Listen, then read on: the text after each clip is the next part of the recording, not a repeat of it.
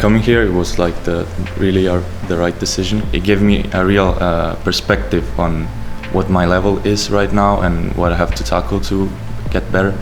And before this, it was kind of foggy. I can feel the growth in my skill. When you look at the things that I did 2 months ago, and now it's just like a different person did them. It's kind of uncomparable.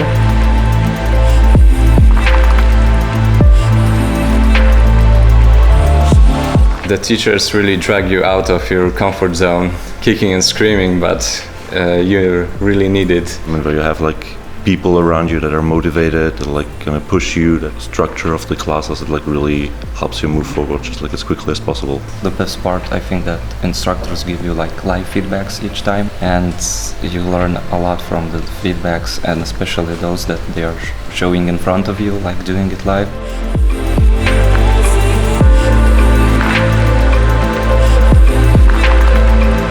I think I'm quite lazy as a person, so without Darek to smack me on the ass every time, every lesson, I would not be as productive as I've been in these past 8 weeks. Working with Michael and Darek is so inspiring that you want more and more.